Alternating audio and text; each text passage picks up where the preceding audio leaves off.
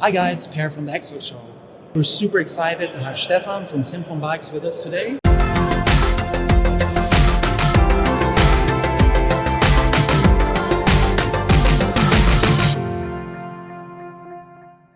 Stefan, welcome to the Hexlox show. How are you doing? I'm good. Yeah? Happy to be at the bike show again. Super. It's been a while. CEO is the official title. Mostly when I meet new people, I introduce myself as the housekeeper. Okay. The guy that's in charge when something goes wrong, the ultimate responsible guy if it doesn't work. But the official title is CEO. Okay. And I've been there for 6 years, started in 2015. Yeah. You come from a background in sports. I would say, I used to be a lawyer in the first place, but that's many years back. That's my education, legal education. But I've been in the sporting goods industry since 1997, I guess, so a pretty long time. Working in a sports store, financing my studies, my exams, working as a mountain bike guide and as a ski instructor in the winter. This is how you get into this thing. And then I entered the ski industry first. I've been with Head Skis, ran the global business for skis for 10 years with Head. And 2015, I entered the bike scene. But I have a little bit of a triathlon background as well, and I used to run a bike store for 2 years in my old days, so very familiar with the industry. Simplon Bikes. Well, first of all, we're in the backyard of Simplon here, right? We're now in Friedrichshafen at the Eurobike show, and I drove 45 minutes because the factory is at Lake Constance. It's a suburb of Bregenz called Hart. It's a perfect location, I think, at the foot of the Alps in this triangle between Germany. It's actually 4 countries: Germany, Switzerland, Austria, and Liechtenstein is also not too far away. So very central place that attracts outdoor people. It's good for recruiting staff or outdoor passionate people because we're right at the foot of the mountain. So that's nice. And we have our 60-year anniversary this year. Simplon was founded in 1961. We can't celebrate because of the big C, but we will celebrate next year, hopefully under better circumstances. And what makes Simplon, I think, is a couple of things. It's, of course, quality. Everybody says they stand for quality. I think we don't sacrifice at all on quality. So that's a little bit of a more intense approach than just saying, we like quality. I think everybody likes quality. And what is part of the DNA is also our road racing, road cycling background. This is where the company comes from. Later on added mountain bikes, later on added city and trekking bikes. So now we have a full portfolio, except maybe children's bikes, no carry bikes, no carrying bikes, the exotic part of the business so far, this we don't cater. What really makes a difference is our custom approach. So if you order a bike at Simplon, it's going to be built in Hart in our factory. It's the only factory. That's where we assemble and develop all the products. By hand. It's a manual. There's one mechanic, one bike, which is really a thing that makes us proud. And as a customer, if you get the bike, we can actually look up in the SAP system who of our guys or girls, we have some female mechanics too, very good ones, who assemble the bikes. And they take pride in what they do. So we don't want bio-robots, then you better take a robot. If you just tighten one screw all day, what have you done at the end of the day? Tighten 5,000 screws. Our people, they can say, I built these 3-4 bikes today, I'm proud of them, they carry my handwriting, and I did it as good as I can. I have another story, but that's from another day, with like a simple job turned into actually a very emotional experience. When I got back something that was a simple job, but I noticed that the person actually cared about what they did, and I still have a lump in my throat about that. This person actually took pride in their work. It's an emotional thing, and all our mechanics, they know there's already a passionate cyclist waiting for this one bike. This is not going to go to some stock in some warehouse. This is going to be shipped the next day or the same day. And that changes the attitude, I think, to some degree. Of course, it's a complicated business because we have, as a small brand means we make around 18,000 bikes per year. We're now 170 people. But it's a complicated business because we offer over 100,000 combinations of frames and parts and different wheel sets. So basically, it's similar to the car industry. If you're interested in a new car, you go to this configurator, you check out the colors, you check out the motor, and then you start out, is this radio, that radio, what kind of color for the seats, what rims, what tires, blah, blah, blah. All the bling bling and the nice things. You can do that at Simplon as well. Of course, the main focus is on ergonomics. So you want to pick the right frame size, the right stem length, saddle, right saddle for you. So this is what makes the bike. But then you have, for example, in city trekking, you have a choice of 4 different light systems, or different racks or fenders, and that makes up over 100,000 combinations of parts. So in some way, you could say each bike is a unique individual bike, perfectly tailored to what this customer wants. I was about to mention that the customability and that sort of like personal approach. I got a sense of that, or researching Simplon a bit. You got a sense of that is really at the heart of Simplon, that you have a very customer-centric approach to things. Yeah. That's what we are. People say you make expensive bikes. I say, yes, we make expensive bikes. And if you make expensive bikes, you have to have something to offer. You cannot compete with the middle of the pack if you have a higher price like we have.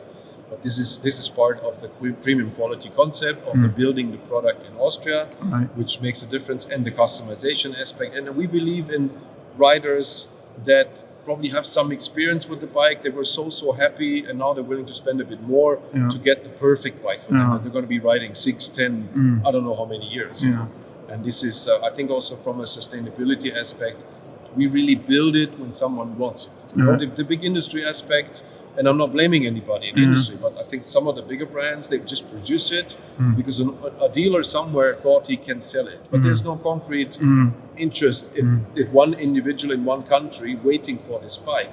So of course there's a lot of bikes that are being produced that will not find the perfect owner. They will be sometimes discounted. At the end, someone will buy them. I mean, this is clear. But will the person be super happy? Maybe not. And we believe that if you really want a good bike, you'd rather spend a little bit more money, but then be perfectly happy with it, and not create a pile of bikes that you then have to look for a customer for. So it's an inverted approach to the typical mass production thing, where you have no demand, or a very general demand that you expect to be there, and then you look for the customer. Whereas we first find the customer, the person that wants that bike, and then we make it for that person. Interesting. Now, we're hopefully at the end of this pandemic. Any challenges for Simplon, like the chain of supply, the supply chain? Tell me more about that. The problem is more to narrow it down to the most important ones, probably. I think we're in a pretty crazy, chaotic world, and even though I try to explain that in videos, also in other formats, sometimes I try to make the consumer aware of what the problematic is, because what the consumer experiences is long lead times. You used to go into a store, like with Simplon, 2 years back, you used to order it. 5 to 10 days later, you had it in the store, because that's what it took to assemble it. Now we're waiting for parts. So the world has changed dramatically, and as a consumer, you come into the store, it can be that you get it in a few weeks or few days. It can be that you get it in half a year. This is totally depending on whether we get the components, whether the frames are there. And it was a complicated business already in the past, but now with the turmoil in the global supply chain, also with some shutdowns, like for example, right now Vietnam is under shutdown. We have one manufacturer that builds perfectly nice frames for us, carbon frames, in Vietnam. The factory is closed. Now they had 800 people in there. They tested everybody. Everybody was negative, but the factory is closed. So this is where you sometimes struggle. You struggle with the concept of, yes, people need to be safe. Yes, the pandemic needs to be addressed.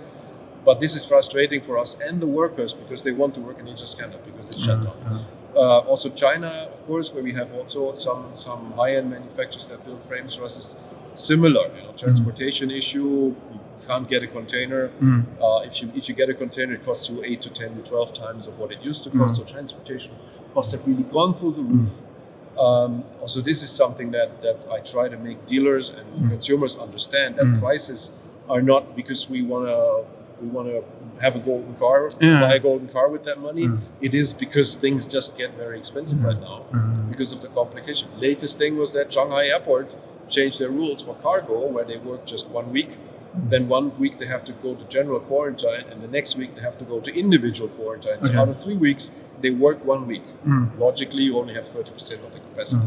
This is just a few examples that I would like to mention, but basically, the biggest challenge, I believe, is not the individual challenges. It's the lack of predictability, the lack of planability that you really need in a business. Like, for example, we just invested a couple of million euros into a new building that we purchased right next door to expand our capacity so that we can hopefully soon be building double the quantity of what we do right now, because we're growing. There's huge demand. But you make this investment because you believe in the growth. You need to finance that investment. And now all of a sudden you see, you could have sold 20-some thousand bikes. You're only getting 18 parts for 18,000, even though your suppliers have promised to deliver you all of this. And I'm not even blaming these suppliers. Everybody does the best they can. You know, some point at this brand, yes, we suffer from that, but it's not because they don't want to. They have the same problems with this. You know? It's a combination, I would say, of the COVID thing, and a combination of the increased demand. So it's a mix of many things. Thank you. And really interesting. I mean, I think I heard that supply chain management is the hardest thing in the world. There's so many moving parts which needs to work together, and like a huge, especially now, of course, it's a huge challenge to everybody. Yes. You know? Yes. I mean, we here at Hexlox, we don't have the same problems, but there's a bit of a challenge for us as well. In some way, you're affected. Yeah, absolutely. So I don't want to frustrate people out there by saying you can't get a bike. I mean, we still make 85 bikes a day, so it's not like we don't produce. But the times where you could order it today and you have it next week, these times are definitely, I would say, for the next 2-3 years, that's going to be a challenge to go back to this. But people adapt, and some wait a year, and then when I read on Facebook that where they write, yes, I waited a year, but it was worth it. That's the best compliment all our technicians and everybody can get it, because it shows people appreciate the product. And yes, they had to wait, but still, it was the right choice. So that's very nice to hear. When we met the other evening at the dinner, you know, we got into a conversation about this like anti or not inclusive approach, like there was always this like black and white approach to things, and you spoke about it with some passion. And I mean, I would like to offer our viewers your take on that as well, because I found it really interesting. I can only offer what I believe, what I think, and what I feel. I think this is not just an intellectual topic. It's also a very emotional topic. How does bikes, you know, how do bikes relate? Bikers, how do we relate to other people? It's a fragmented industry. You know, we have a lot of different customers, and there are some, especially when it comes to cars and bikes. I mean, all this transportation thing and the discussions about where is urban mobility going. To me, there is sometimes too much confrontation, but this stems from the fact that there are some cyclists that they just have their cycling view, which is valid. But they don't understand the challenges that a car driver has in narrow streets. If they can't rely on other people listening to the rules and stuff.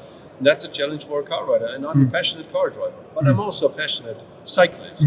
And because I do both, I have very much understanding for both parties, and I never have any problem with anybody. So to me, it looks like we're talking too much black or white, as you just said, while the reality is in the gray zone. You know, it's not about either or. It's about this and that, and then how do you bring it together? How do you respect the other? But I mean, in a world where car drivers are not respecting car drivers, it's a long way to make car drivers respect cyclists, and the other way around. So I think it's the bigger picture. I feel a little bit like people are very stressed and they're very aggressive. And that then determines how they behave in any context, but especially in transportation, where you drive a car that weighs 2 tons. Of course, any sort of aggressiveness, you better leave home. You know? It's not the right place to be aggressive in traffic. Stefan, thank you so much for being here and taking the time with us. It was a pleasure. Okay, thank you very much.